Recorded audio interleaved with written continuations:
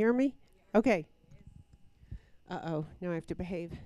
Hi, everybody. For those of you who don't know me, my name is Jane A. Gordon. I'm a jewelry designer and an artist. I don't know, a lot of things, like most of us. And I want to tell you some stories. When I was in my 20s living in London, an older, very wealthy older man was hitting on me. And he told me that money can't buy you happiness, but it can buy you something so close that even the experts have trouble telling them apart. Well, I was really captivated. I wasn't so much captivated by the old dude as I was captivated by the idea of a happiness expert. Even the experts have trouble telling them apart. And I was struggling. I was a party girl. I was out having fun. Having fun was easy, but it didn't mean I was happy. And I didn't even think I knew that happiness was possible. I used to think that life was a sea of misery with little islands of happiness, you can catch your breath, but then you get thrown back into the sea. And over the years, I learned that happiness is my home. And I had to go step by step, learning how to get there. And of course, I get lost, but I can always find my way home now. So now my passion through my art and my life and my work is to share those steps to happiness. And this is what I do through my jewelry. And this is actually also what I do through, I'm starting to make silk scarves, and I'm going to make other textiles. And I wish I could tell you I was smart enough that this was all a plan, but it's just evolved one step at a time. So this is the story. This was me, the party girl, age 12. And this was a self-portrait I did about the same time. Didn't look too happy. I didn't realize I was drawing something sad, but when I look at it now as an adult, I realize this is not a happy kid. And this was me in London about the time Uncle Don was hitting on me. He's not my real uncle. People just called him that. This was me in my 30s when I was working in the corporate world, kind of a different look. This was a self-portrait that I did in my 30s. Definitely not a happy camper. There in the back of the hands keeping me away was the light. So what I do, again, it wasn't an idea, but this is how it works.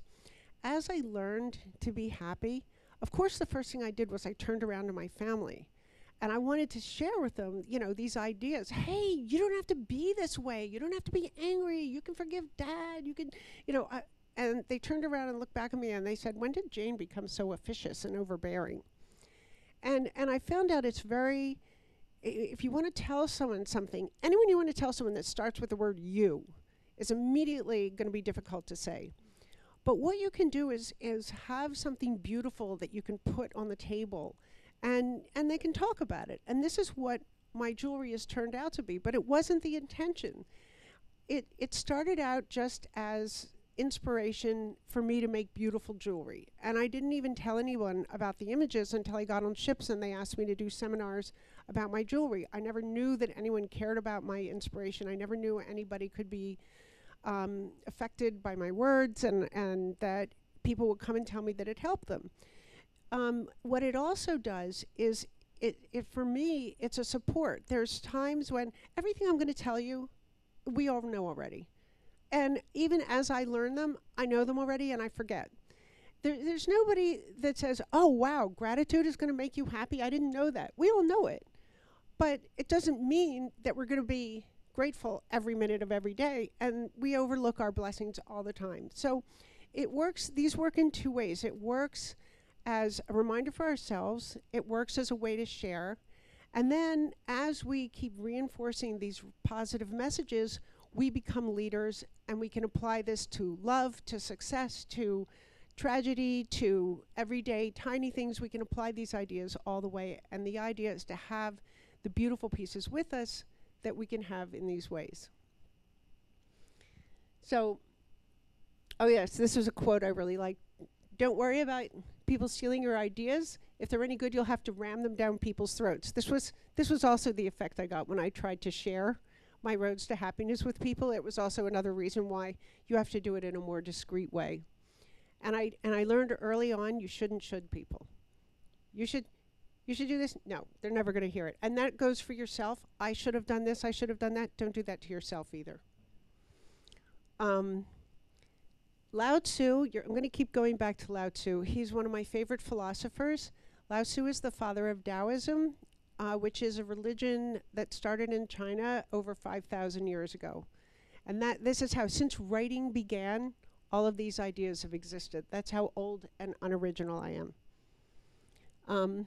Plato said one of the greatest privileges of a human life is to become the midwife to the birth of the soul, and sometimes that birth is your own soul. So these are my steps. The first step we have to happiness is choice. Common sense versus uncommon sense. In Plato's analogy of the cave, he talks about society as people chained up inside of a cave, forced only to face one wall. And life is everything happening behind them, but all they see or know of the world are the shadows of the wall. And this is what society is. This is all of us trying to figure out what's going on just by the shadows on a wall. He talks about what would happen if one person got free and they went into the sunlight and saw how things really are. And he talks about how blindingly painful the sunlight would become. But eventually your eyes would adjust to it and you could see reality. Then he talks about if that person went back into the cave, all of their ideas would be rejected. Because first the person who was in the sunlight would be blinded by the darkness before their eyes adjusted. So the people would think he was stupid or retarded or had lost his mind. Then what you would be doing is telling people who have only seen the shadows on the wall your new vision of reality. And they would be really angry because the people staring at the shadows of the wall have now developed their own culture and society and hierarchy of who's important and why and what their theories are, and they'll have awards and honors for the people that interpret the shadows in one accepted way or another accepted way. And this is society, so this is what we all live with. So choice starts at the very essence of everything we accept as reality is really just a convenient way for us all to live in a society, but it doesn't mean that it's right, and it doesn't mean it's going to make you happy. Now, for me, choice had to really start in the very, very beginning because I was so sad, because I really wanted to check out. The only reason I didn't is because I felt like the only thing I'd ever done right in my life was that I had these amazing friends that stuck with me through every part of my life. And I thought if I did something to myself, they would blame themselves and think that they could have stopped me, and I didn't want to do that to them. I didn't want to mess up my one thing that I knew I had done right, even though I didn't know how I did it. And so I was struggling to figure out why I should stick around. And a rabbi actually told me that in Judaism, you have to choose life. And so this is the DNA strand, and I love it. Originally, I was just going to mix it with pearls because pearls are life.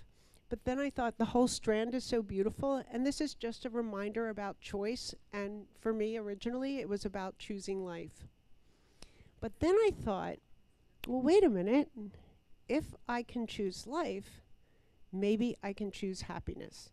Now that sounds so obvious now, but in the place where I was, in the way I grew up, I didn't understand that, so that was a big revelation to me. And this is just a little happy bird, and on the back he says, "Let's sing." Then I started thinking, we can choose everything. We can choose how we see. Thinking it doesn't change anything in the real world, and it changes everything in your world.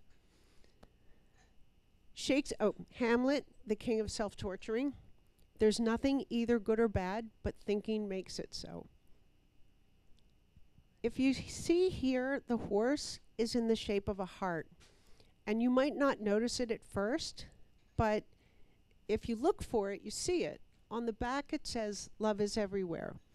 And I have this concept also in palm trees, flowers, and swans. And the idea is that what you look for in the world is what you find. If you look for the best in everybody, if a person is 90% crummy and 10% good, and you look for the best, my belief is that if you give your trust to people and you believe in them, most people will try to show you their best. But even if they don't, if you look for that 10% good, you just put yourself in a 10% better world. I know this woman, I met a really nice guy, and I told her, oh, I met this nice guy on Match, and I went on a date with him. Poor thing, his wife died of cancer. And she said, he's lying. And I said, how could you say that? You don't even know the guy. What I just told you is the sum total of what she knew about him. And I thought, what does the world look like to this woman who sees liars everywhere she goes, everywhere she looks? This is our choice. By the way, when I made this, I didn't realize that swans mate for life. I learned that afterwards. So these are reminders about choosing how we look at things. Oh, this is another. These are my decision coins. And originally, they were just going to be, something for Christmas for a funny gift. Be nice, be naughty. And these, they spin, and you can make decisions with them. So much better than all those years of therapy and education. But, the choice, we choose every day who we're going to be in life. We choose if we're going to be the best of ourselves. We choose every minute of every day. We're going to take the easy, lazy way. We're going to be dishonorable. We're going to be honorable. We make these choices. And this is what makes us who we are. Look and leap. I'm a real leap first girl. I'll be jumping through the air and trying to figure out how I'm going to make it down and what I'm going to do. Sometimes maybe I should plan a little better, but on the other hand, there's an old Indian expression that says you can't cross a chasm in 2 small steps. And there are a lot of people that maybe they plan too much, and maybe sometimes they need to take a leap of faith. I worked in a completely male-dominated industry in commercial real estate in New York City. And I noticed a lot of the differences between the way men and women work. And men will shoot from the hip a lot more, and women tend to hold ourselves back because we want to make sure that we have everything absolutely planned out. Actually, like I was just, when I walked in here, what was I telling you? I'm completely panicked because I hadn't worked out this whole seminar yet. We want to have all our T's crossed and our I's dotted. So the guys a lot of time are going ahead while we're still trying to make sure we have it right. So look and leap. Sometimes one is good, sometimes the other one. This is a good one for the ships. Work out, pig out. I don't think I need to make any more comments about that. His way and her way. Isn't that better than arguing with your sweetie? And by the way, by popular demand, I had to make one that says her way on both sides. Happy wife, happy life. When mom is happy, the whole house is happy. And there is none that says his way on both sides. Because if you try to get your way all the time and you never give her her way, you're never going to get your way. Give her her way, you'll get your way. These are a little more serious. These say gratitude and entitlement. And when I made these, I was thinking that these were opposites. Of course, we all know what gratitude is. I think having a sense of entitlement that you deserve everything. I observe so many spoiled people that just completely overlook everything they have because they think they deserve it, and they're only looking at what they think they should have. And it can apply to anyone. I've seen people in Palm Beach, with mansions worth tens of millions, but they're jealously looking at their neighbors who have mansions worth hundreds of millions, and they're annoyed because their private jet isn't as good as their neighbor's private jet. I mean, the sense of entitlement is amazing. But then when I made this, and this is why artists love to have their work reinterpreted, the first woman that bought it, it was her birthday, and her husband had booted her out of the house for the day, booked her a day at the spa, and told her, go to Saks Fifth Avenue and buy yourself things. And that's where I was doing a trunk show. And she bought it because she thought she needed more sense of entitlement. Her husband was trying to teach her that she had to take care of herself, not just take care of him and the kid. Like they say on airplanes when the mask drops, put your own mask on first. You're no good to anybody if you don't take care of yourself first. Hillel, about 100 years before Christ, said, if I am not for myself, who will be for me? But if I'm only for myself, who am I? And if not now, when? So we have choice, and the next thing we need is freedom. This guy, I love this guy. When trappers want to catch a monkey, they put a banana in the cage, and the monkey squeezes his little hand between the bars, and he grabs the banana, and he can't get away because he won't drop the banana. He could get away, but he won't drop the banana. And from what I've read, even when the trappers are coming and the monkey's terrified and he's jumping up and down and he's screaming, he doesn't drop the banana. And I've shown this to people, and they say, well, that certainly shows us about monkey intelligence. But I think it's looking in a mirror, because this is what we all do. We hold on to pain and anger, and we don't forgive and forget and move on with our lives. And when we drop the banana, we can move on and we can find what we want and get where we want. And I made some banana earrings too. I have some stud earrings and some banana drop earrings. And his name is Dr. Mann. His first name is Hugh. Hugh Mann. For me, freedom is nothing to hide and nothing to prove. Think about it. No one in the history of anything, anywhere, has ever been blackmailed or manipulated for something they were proud of doing. Nothing to hide. My mother, I'll tell you, my parents were a little wacky, but they had their strong points. And one thing my mother always said is never do anything you would be embarrassed for the whole world to know about. And I've lived my whole life that way. And it gives me very much a feeling of freedom. Now, the nothing to prove was a little bit more of a tougher lesson, but I'm glad that I learned it really early. This was me. My nickname was Goober. Buck teeth, chubby cheeks, Coke bottle glasses, big belly. The only thing, I still got the belly. The only thing thicker than my glasses were the books I carried everywhere that were my best friends. I love books. With books, I could go anywhere. I could be anybody. You know, I didn't care about anyone. And, needless to say, I was not the most popular girl in school. I didn't like playing. I liked reading. So I learned early on that I didn't really care what other people thought of me. In fact, I think if some of the mean girls liked me, I think I would have thought less of myself. And, of course, Hamlet, to thine own self be true, and it must follow as the light the day, thou cannot be false to any man. This is a little happy face, and this was inspired by the way, one eye is bigger than the other because on the original happy face, it was like that, but I'm a little dyslexic and I reverse the eyes. This was inspired by a Nietzsche quote. The irrationality of a thing is no argument against its existence, but merely a condition of it. Now, I couldn't fit that on the back of the little smile face.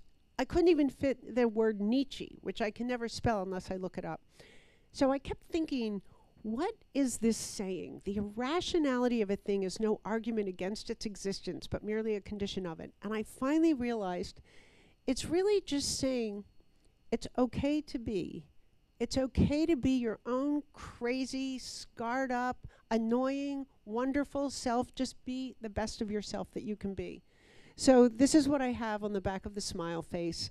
And I have these as, pendants, and I have them as pearl enhancers, which are kind of fun because it, kind of dresses down the pearls. You can throw it on with a black leather jacket and blue jeans and a T-shirt, and it, makes them kind of fun and funky and not so dressy.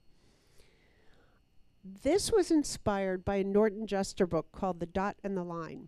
And it's about a line who falls in love with a dot, but the dot is in love with a squiggle. And she thinks the line is stiff, and the squiggle is free. And so the line's really depressed. He thinks she's perfect because no matter how you look at her, she's perfect from every angle. And it's all full of puns. It's a children's book. I read it to my 6-year-old niece, and she was captivated, but the puns are hilarious. And so the line goes out, and he starts imagining his role in law enforcement and art and history. And then he starts working really, really hard to be the best that he can be, and he learns to turn himself into angles and fabulous shapes. And eventually, the dot realizes that what she thought was free in the squiggle was just sloth, and she never noticed how he picks his ears and slurs, and she falls in love with the line, and they live happily ever after, or at least reasonably so. And so this is The Dot and the Line, which I was reading that, by the way, recently to my niece, and my mom was there, and she said, who wrote that story? And I said, Norton Juster. And she said, oh, I went to school with him, which must have been how I wound up with the book. I still have my original book from, I think it was like 1965. E.E. Cummings said, it takes courage to grow up and turn out to be who you really are. And I don't know who said this, but I like it. You have to be yourself anyway. All the other people are taken. Lao Tzu, back to Lao Tzu, He said, when you are content to be simply yourself and don't compare or compete, everybody will respect you. I don't know if that's true, but we can think it is anyway. And these are my pearls. I call these throwaway elegance and a little bit of wow. But I love them just because it's the same thing. These are so beautiful in their imperfections. The things that give pearls their cost, one of the things is the perfectness, the roundness, the evenness of the skin of the outside. And these are exactly the opposite of what is traditionally valued in pearls, and for that reason I absolutely adore them. The best characters are covered in scars, heaven knows I am. This is Mom and me and our jumbo pearls. In this piece, I wanted to show a heart that's free. This is a different kind of freedom. And on the back, it says forgiveness, because forgiveness sets your heart free. Being angry and unforgiving is like drinking poison and waiting for the other guy to die. Choice, freedom, gratitude. And again, which one of us has ever been grateful all the time for everything? None of us. So this is a reminder. This is the bowls overflowing with diamonds. The first time I was in Palm Beach, I never saw more diamonds over 10 carats. And I'm not just talking about engagement rings and stud earrings. I mean necklaces and bracelets. And I imagined so much abundance that all the people had bowls of diamonds in their homes, and when they overflowed onto the floor, it was too much effort to pick the diamonds up off the floor, so they just kick them under the table and leave it for someone else to get later. And this image just came into my head, just fully formed. All I had to do is draw it and have somebody make it for me. I love this quote about gratitude. Piglet noticed that even though he had a very small heart, it could hold rather a large amount of gratitude. And there's the bowl, and the grapes are at the end. Grapes have always represented abundance, so I always like the bowl and the grapes together. And these are 18 karat gold and silver. I also have them in two-tone. And I love this quote also. We can only be said to be alive in those moments when our hearts are conscious of our treasures. Choice, freedom, gratitude, and faith. Now, when I talk about faith, I'm not talking about religion. If that works for you, that's fine. But I'm not saying you have to be a religious, God-fearing person, a member of a church or a synagogue or a sect. I'm just saying you need some kind of faith. And for me, it's about finding the opportunity in everything. Here, this is a story of my life. Diamonds are falling from a broken heart, and on the back it says, lucky break. Sometimes not getting what you want is the best thing that can happen to you. And as I said, it's, you know, if I weren't a little chubby goober that nobody wanted to play with, I wouldn't have such a strong sense of who I am. And I can trace, it's actually kind of a good game to play with yourself, to try and trace all the good things that you have back to something awful. You know, how many of us can apply this to love, where we had our hearts broken, but someone much better came along afterwards, or lost a job that we wound up getting another job, or, you know, if I hadn't, if I left my career in commercial real estate to go to a .com, and I sat there for a year. I had an idea for a business. I sat there for a year trying to figure out how they were going to make money online, and then the whole .com thing went bust, and we all got fired. And if that hadn't happened, I wouldn't know that I like to make jewelry. It was a complete accident that it started in 2000, just 2000, 2001. And then I was with Saks Fifth Avenue. I got into Saks about a year after I started. I traveled around the country. And then the economy tanked, and I was wiped out. I was also with Fortunoff very briefly, but they wiped me out in their bankruptcies. And at the same time, Saks dumped all their small vendors. And if that hadn't happened, I wouldn't be on cruise ships. I wouldn't know that anybody cares about my words. I wouldn't be in the middle of writing a book on happiness. I wouldn't have become an accidental photographer. I wouldn't have met all you people. It was the disasters that have led to wonderful things. So now, because I know this has happened so many times, I realize that what we call disaster is not necessarily. It doesn't feel good when you're in the destruction phase of something, But if you can just have faith and look for the opportunity in every crisis, you'll realize that these are not really crises at all. It's just change. So what is meant to be. Lucky break thinking. Believe in the upside when you are down. Jean-Paul Sartre says life begins on the other side of despair, but I say try something different. Let's skip the despair. Choice, freedom, gratitude, faith, and change. So this is something, we don't like change. We like routine. Routine is actually very convenient. You know, when I have to figure out where I'm going and how I'm going to get there, and I've got to do all the research over and over again, it's really very time consuming. So we have a routine, and we can put our energies and our thoughts to things that interest us. So routine has its advantages, but change also has its advantages. And if we embrace change instead of being afraid by it, then it gives us a better chance to find the best part of what's changing. Brecht said, because things are the way they are, they will not stay the way they are, which is also a good reminder that if you're in a really bad place and terrible things seem to be happening, don't worry about it. It's going to change. And if you're in a really good place and really great things are happening, savor every moment of it, because that's going to change too. There's nothing permanent except change. A lot of my jewelry is very, very interchangeable. So these are stacking rings, just to show you kind of the positive side. Some people don't like this. Some women say to me, I don't want to change anything. I just want it to be the way it is. And if I want something different, I'll get something different. But especially for travelers, it's nice to be able to take less and travel with less jewelry, but get lots and lots of looks. These are my daisies. The daisies, the center unscrews, so you can put different color combinations. I have pearls where the daisies and all of the other images I have, I make as pearl enhancers that clip onto pearls, beads, cords. This is the same bowl shown clipped onto two different things. And here just showing the same, the same pieces repurposed and rethought in a lot of different ways. This is the ocean, and what better thing to represent change than water? The Taoists talk about water flowing down a mountain, and when the water comes to a rock, the water can't flow through the rock, it flows around the rock. So who's stronger, the water or the rock? Well, the rock just stays still, so you could think maybe the rock is stronger because it makes the water go around. But if you think about the power that the water finds by taking that path of least resistance, eventually the water wears the rock into pebbles and into sand, because the rock is trying to stay and the water is just gathering its harmony. And a lot of times, I'm not saying just accept everything that happens and don't fight for what you want. You got to go out and you have to try and try and try. And when everybody else is ready to give up, keep trying to get what you want.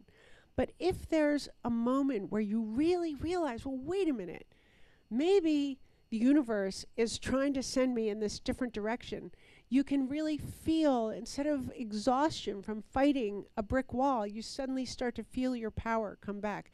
It's hard to, it's hard to know which is which. One of the things that's true about life is we have to have completely opposed ideas in our head at the same time. So at the same time as I tell kids, the 3 rules are never give up, never give up, never give up. There's also another rule that says know when to fold them.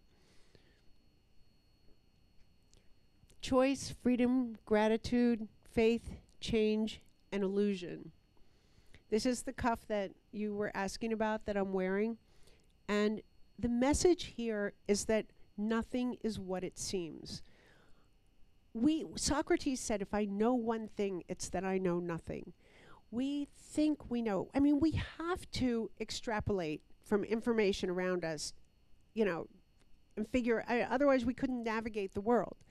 But at the same time, we think we know things we can't possibly know. We think a situation is bad when it isn't bad. We think a person is terrible when they're not terrible. So think about all the different situations where we can be wrong. There are things known and there are things unknown, and in between there are the doors of perception. And I love this from Wendell Berry. He says, the mind that is not baffled is not employed.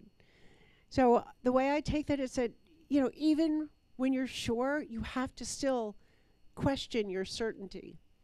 this is the quote from Socrates.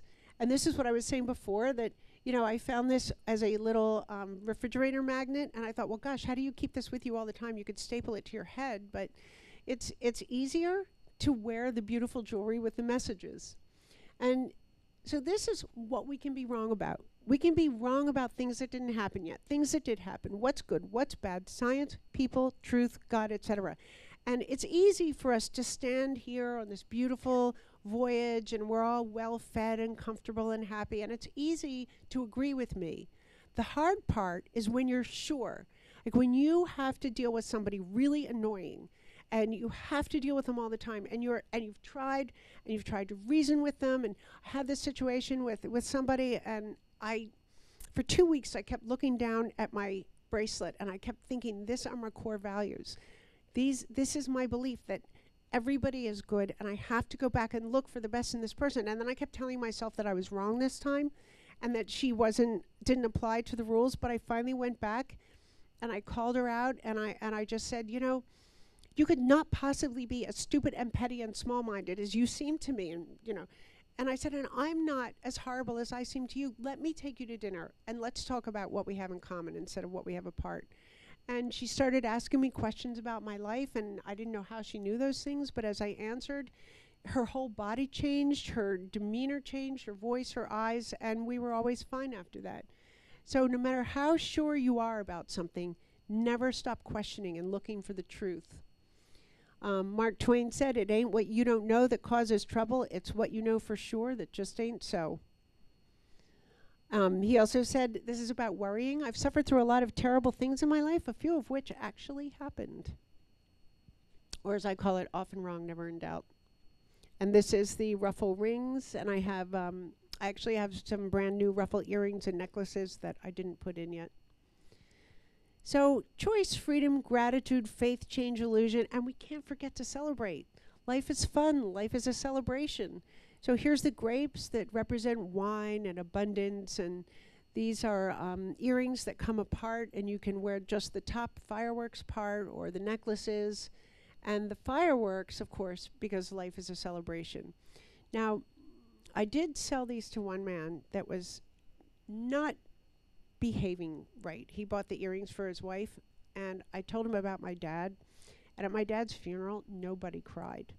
And I asked this guy, I said, you know what? You love your wife, you love your kids, you're cheating.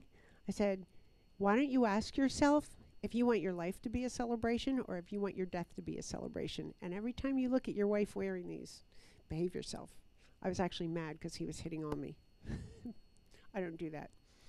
And here's the fireworks earrings, the little ones. This is them stacked up. I have all different sizes of them. When I was almost 30, my youngest brother asked me, he said, Jane, I've never seen anybody fall on their butt as many times as you, and I don't really understand it. Why don't you just play it safe? Every time you fall on your butt, you just back up and you dust yourself off and you run harder and you jump higher, and I don't really understand. And in my not even 30, I didn't really have an answer for him. I just knew that's the way I was. But I read this quote from Michelangelo: the greater danger lies not in setting your sight too high and falling short, but in setting your sight too low and achieving your mark.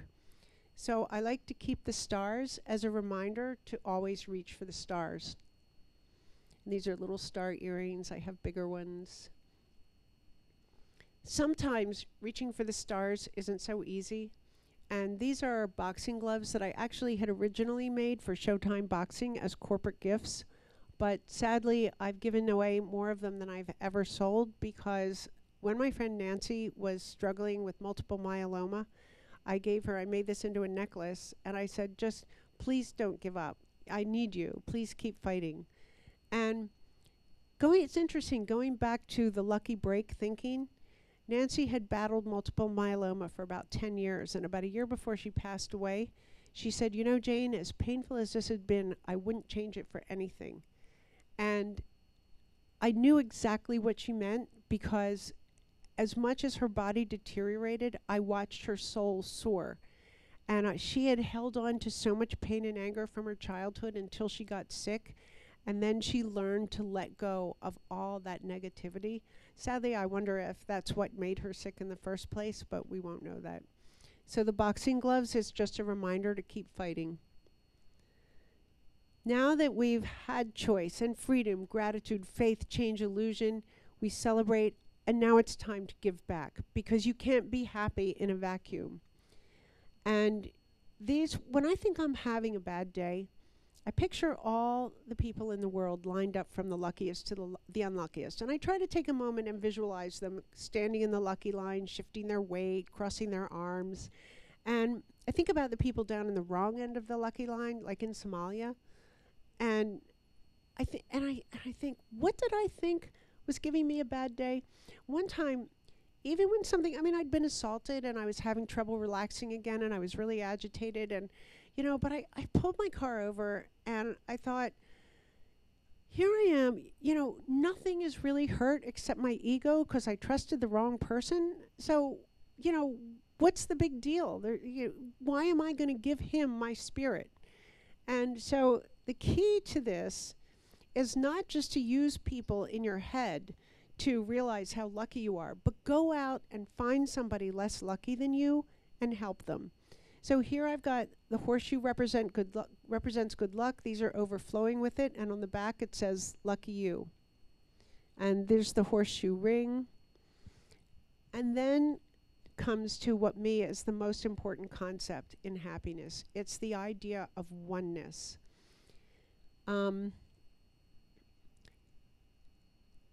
Does anyone know where this quote came from? Our youth now love luxury. They have bad manners, contempt for authority. They show disrespect for their elders and love chatter in place of exercise. They no longer rise when elders enter the room. They contradict their parents, chatter before company, gobble up their food, and tyrannize their teachers. If you think that people are different, if you think anyone in the world is different from you, this is across the planet from thousands of years ago. Every generation, Lao Tzu, 5,000 years ago, the whole way Taoism started is that Lao Tzu was so disgusted with the youth in China 5,000 years ago, he had no hope for society, and he was leaving China.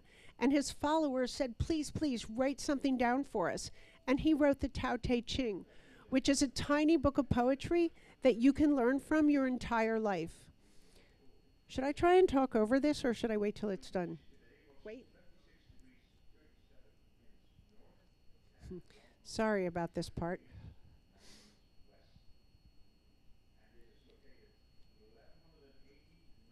What? Let's take a vote. Should I talk over it? Raise your hand. Wait. Okay. Wait. Anyone have a joke? Not again. Anyone have any jokes about ship captains?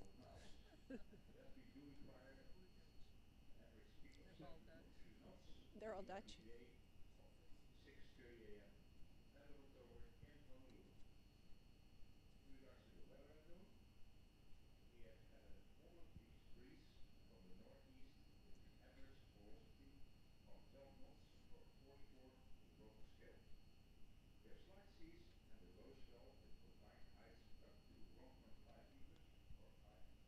Is everybody taking notes on how many meters and minutes and degrees and miles?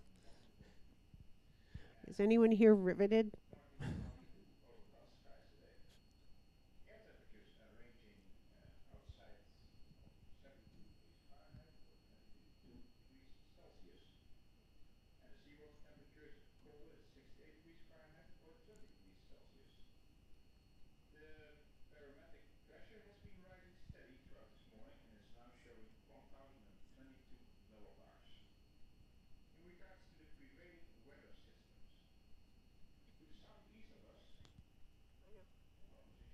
I'm being polite.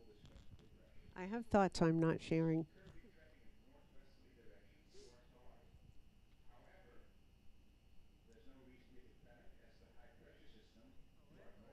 There's no reason to panic over a high pressure system?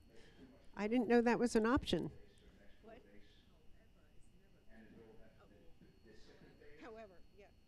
The word but, if there's a sentence with but or however, that means whatever he said before doesn't count. I think you're a really nice person, but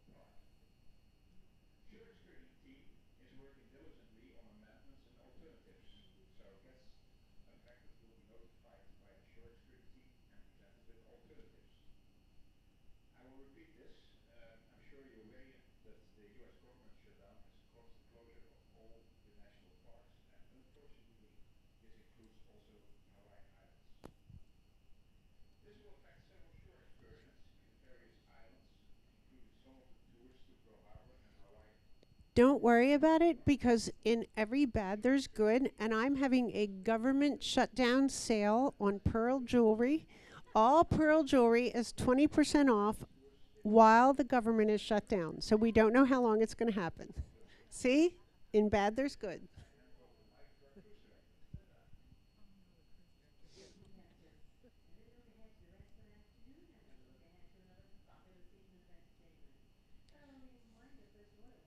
I don't feel silly standing here. A little bit.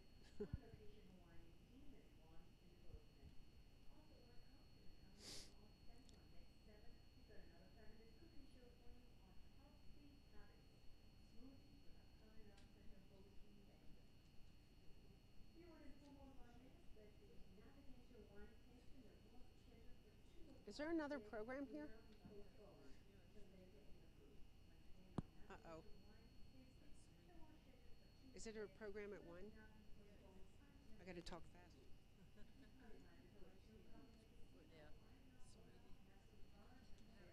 Is there a program at 1? Is there something at 1? Okay, well, you're walking down the end of something else. That's okay. It's okay, stay.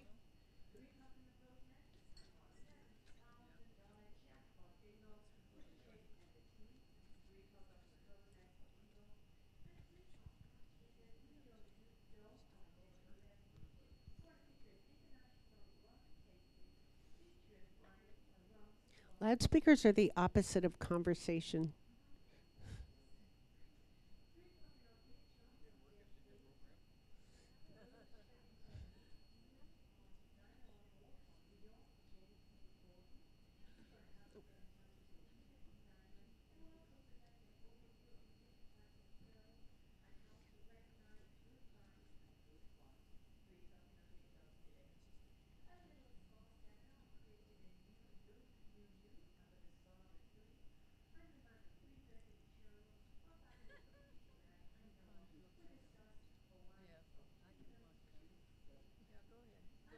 Okay.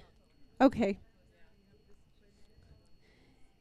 So the thing that what we're up to is oneness. And for me, the real key not only to happiness, but the real key to sharing happiness and something that can resonate through the whole world is this concept of oneness. Now, this piece was inspired by the butterfly effect. The butterfly effect is from string theory, and I'm not going to pretend that I'm smart enough to understand string theory, but this concept really resonated with me. It's a mathematical model of the universe that shows we're so closely connected physically that if a butterfly flaps its wings in the Amazon, in as little as 2 weeks, the air currents it creates can cause a storm in Chicago. And so these pieces are meant to look like a pebble in a pond and how everything we do resonates outwards. And, you know, when I was little, I always thought it was a dirty trick. I thought I was trapped inside my own skin. And I always felt like I can't really connect with people because no matter how much I stand next to someone and lean against them and squish against them, they're them, I'm me. And as I learn more and more about the truth of oneness, I realize that the less I'm myself, the more I give away, the more I give of myself, the better things are, the happier I am, and the more happiness I can share. And so again, these are ripples in this hoop earring, and the overflow of diamonds represents what comes back again. The less I am, the more I am myself. And as I travel around the world, places that seem very exotic and different before we've been there, I begin to realize really how much we are the same. Now, these children in Vietnam, we look at it first through the prism of our own experience, and they look like they're out playing. He looks to me like the Vietnamese Huckleberry Finn. But if you notice, their hands are turned upwards because they're not playing, they're working. And what happens is this adult, who I don't know if it's the parent or a handler, rows them out to the tender boats, and they're working from dawn till late at night trying to get dollars from people. And these kids, they're the same as us. This is you and me and your kids and my kids. These are the same. But this little girl knows way too much for her young age. And here's Pat, who I met in Cambodia, who spoke English very well, and she couldn't ask me enough questions about myself and my life in New York. And so finally, she asked me if I was married. She asked me if I had a boyfriend, and I said no. And she said, "Would you like me to fix you up with a nice Cambodian boy?" And I asked her, that's just what I need, right? And I asked her if she had a boyfriend, and she explained that she was too young, but that her mother told her if she stayed in school and graduated, that she was allowed to choose her own boyfriend. And if you think she's different from you and me, let me tell you what she told me. I asked her, what would you look for in a boyfriend? And she thought about it, and she said, well, I want him to be nice to me and fun to be with and have a good job. And I told her I was looking for the same guy, and if she better hope she finds him first, and if any of you know him, send him over. Here's Pat right behind me with her friends at the temple. And I'm telling you, I know people all over the world. It's Don King, it's Evander Holyfield. This is from Fanning Island. I know some of the most powerful people in the world, and I know some of the least powerful people in the world. And I'm telling you, everybody is the same. And the more you understand that, this is Bill Boggs, talk show host. There's that guy, and this is me, and that's the chair where the Pope gets his crown. And back on Fanning Island, this is in Oman. I was just looking around, and I was wandering through some back streets, and there was a water cooler on the street where people were coming and getting water and leaving. And one guy, pardon? No, they were getting different cups. But one guy came, and he saw me taking pictures, and he said hello, and I said, oh, you speak English? And he said, yeah. And I said, don't the people have water in their homes? And he said, do you want to see a home? And I said, yeah. And in my head, I knew I should have been nervous, but I wasn't at all. And this Pakistani guy took me through rubble and empty lots and back through like bombed out places where I went, and I found and I saw how 20 Pakistani guys live in one tiny room where there isn't even enough room for their beds. They roll up mats, and each one has one square foot cubicle for all their possessions. And it was the most amazing experience as they asked me questions. Why does America keep making war on the world? And I asked them questions, although I found their questions more interesting to listen to. We're all the same. We all want the same thing. And so I want you now to get still in your heart. This is called the peace of heart. Sometimes when I get noise in my head, I know I have to get still in my heart. So the peace symbol is inside the heart, and the overflow represents abundance. And you're not going to like this idea, but when you think about oneness, again, I say you define your core values, and then you have to live by them, even when they're unpleasant and inconvenient. So I ask myself, if we're all one, who prays for the devil? Now, this is not devil worship, and I'm not representing the ship, so if anybody is offended, it's on me, not the ship, but it's not devil worship, it's hyperbole. I'm just exaggerating to make a point. But think about the story from the Bible, that God and what's now the devil. It was, best friends hanging up in heaven. And then the devil one day, he said, hey, God, can't we just play fair? Can't we just switch places for a little while? Let the glory come to me. Let me be up, you be down. Let's just switch places for a little while. Come on. And God was really angry.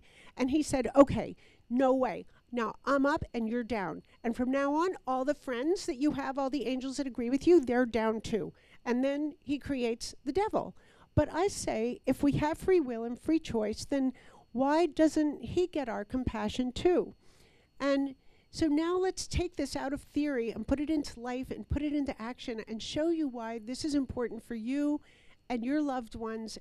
It's about praying for the devil in your life. And I had a situation where I told the truth about a really, really bad man, and he was angry, but we're in America and you can't go after someone for telling the truth. So what he did was he framed me for something I didn't do and sued me, and I had to get a lawyer to protect me with money I didn't have over something that I didn't do. And I was really getting down, and it was getting to me. And then to make it even more humiliating, I had to stand up in front of people and talk about happiness when I was really down, and it wasn't working. And I realized that what I was doing was violating my core value and my core belief in oneness, because I never believed in evil until I met that man. So I was saying to myself, okay, well, I believe in oneness and goodness, but not him. And of course, that separated me from myself. And when I stopped feeling sorry for myself, and I gave my compassion to that really bad guy, I was completely empowered and lifted. And so I say, who prays for the devil? But I'm talking about the devil across the white picket fence and the one in your office that's making it hard for you to do your job. You've got to give your compassion to the most difficult people to care about. And this bracelet is called Peace to the World. The peace symbol faces out to the world, and then facing the person wearing it are the words love and gratitude. And I know this might sound naive, but I truly believe we can get there. And I'm not as dumb as I look. We can have peace in the world. It starts with me. It starts with you, with our compassion for the devil across the white picket fence. This is the Peace, Love, and Abundance ring. This is a gift ring that I made. We're artists. We don't create the skills that we have. These are gifts. We create using these gifts as they pass through us. And everything that I create and believe and try to share is nothing unless you take it forward and reinterpret it and share it with people in your life. Art is a conversation, not a monologue. And without your participation, it's nothing. This is just some press, and I'm just going to, rush through all these because I think we have to move on. This is the process, which I can explain to you if you come to the shop later, but we're running over time. Each of my pieces has many different artisans that work on them. I design them and conceive them and draw them, and then other people help them come to life. Everything I made is handmade in New York. For those of you who are American, my work does not go through your $800 in duty. It's American goods returned. And it's really difficult to keep manufacturing in America, so at least we get some benefit from it. And because this is so personal to me, I absolutely stand behind my work. So, you can buy things that are less expensive, but if a few diamonds fall out, you have a problem. If one of my diamonds fall out, you have an apology and a repair. So, thank you very much. And I just always say we're candles. We've been lit by other candles. No one claims the light is our own, but as we continue to light other candles, we all enjoy the beautiful increasing light, so I invite you to be candles with me. And if any of these inspire you to be your best or remind you of something you want to share with someone else, then come and see me. And I think we're done. And I'm going to rush, and we're done.